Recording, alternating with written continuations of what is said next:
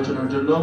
তো এই পর্যায়ে বক্তব্য রাখবেন বাংলাদেশ জাতীয়তাবাদী সাংস্কৃতিক দল সুনামগঞ্জ জেলার সম্মানিত সভাপতি ও সুনামগঞ্জ জেলা বিএনপির নেতা পীরজাদা নূরে আলম ফয়েজি। পীরজাদা নূরে আলম ফয়েজিকে তার বক্তব্য রাখার জন্য অনুরোধ করছি।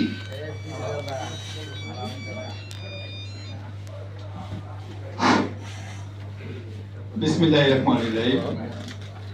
7 নভেম্বর জাতীয় বিপ্লব ও শহীদ দিবস উপলক্ষে আলোচনা সভায় আমার প্রিয় নেতা,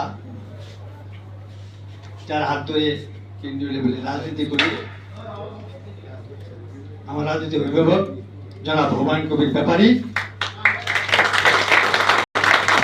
আজকে এই আলোচনা সভায় প্রধান অতিথি হিসেবে উপস্থিত আছেন জাতীয় বীর, নরসিংদী জেলার মাটি ও মানুষের নেতা, বিএনপির জাতীয় কমিটির যুগ্ম মহাসচিব জনাব খায়রুল কবির খোকন।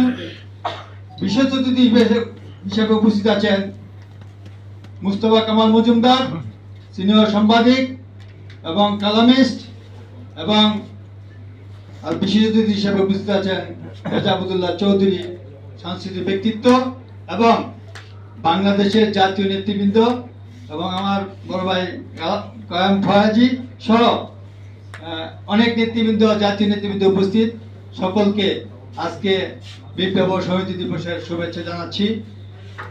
আপনারা সবাই জানেন, প্রতি বছরই এই 7 নভেম্বরের বিপ্লব ও শহীদ দিবসের আলোচনা পর্যালোচনা সবাই মোটামুটি কম বেশি জানেন। যে আমি বেশি কথা বলবো না। সিপাহী জনতার বিপ্লবের মাধ্যমে শহীদ রাষ্ট্রপতি আমাদের রাষ্ট্রীয় ক্ষমতায় আসেন, কিন্তু এর আগেও উনি যে বীরত্ব দেখিয়েছেন, কালুরঘাট বেতার কেন্দ্র থেকে যদি উনি স্বাধীনতার ঘোষণা না দিতেন তাহলে বাংলাদেশের জন্ম হতো না। উনি যদি বীর মুক্তিযোদ্ধা এই পাকিস্তানি হানাদার বিরুদ্ধে উনি যদি অস্ত্র হাতে না নিতেন, এই বাংলাদেশ আর নতুন করে সৃষ্টি হতেন না। তাই আমি শ্রদ্ধার সাথে আজকে শহীদ রাষ্ট্রপতি জিয়াউর রহমানকে শ্রদ্ধার সাথে স্মরণ করতে চাই। সংগ্রামী সাথী বন্ধুরা, আমি বলতে চাই